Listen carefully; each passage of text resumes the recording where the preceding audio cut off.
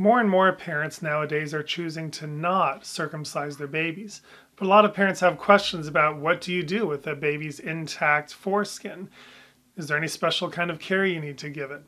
Well, actually, there is nothing you need to do for a baby's foreskin during the first few years of life. In the old days, a lot of doctors felt that you had to forcibly retract the foreskin, pull it back bit by bit during the first year or two of life in order to help it become fully retractable once baby's older. We now know that's not the case, and that older practice was actually very painful and pretty traumatic on little babies. Now we know parents don't have to do anything with their baby's foreskin. You simply have to clean it like you do the rest of the diaper area. Now parents can explore the foreskin a little bit by gently pulling it back, seeing how far back it'll go without causing any sort of pain or irritation to the baby. And this gentle pulling back over the first couple of years of life while baby's in diapers might help soften it up a little bit, loosen it up a little bit.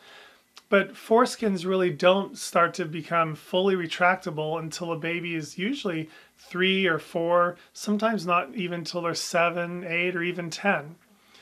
This usually is achieved once a baby starts exploring their penis themselves. When the baby's 1 or 2, most kids will start to play with their penis a little bit. And when kids are older, like 3 or 4, when they're in the bath, when they're going to the bathroom, they're typically curious.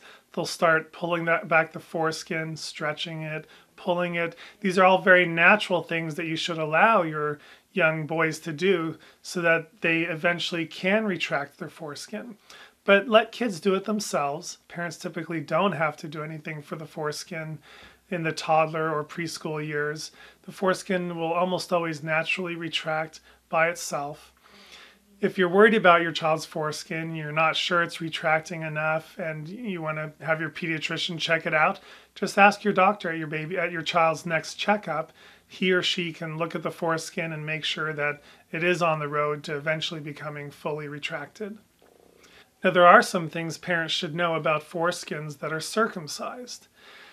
After a baby has a circumcision, the foreskin that's left over is actually very irritated and raw, and sometimes it can get stuck to the head of the penis during the first few months of life. Pediatricians will check this and make sure nothing's getting stuck, and if it is, the pediatrician will gently pull it back to make sure it doesn't stay stuck. But parents can also pay attention to this as well.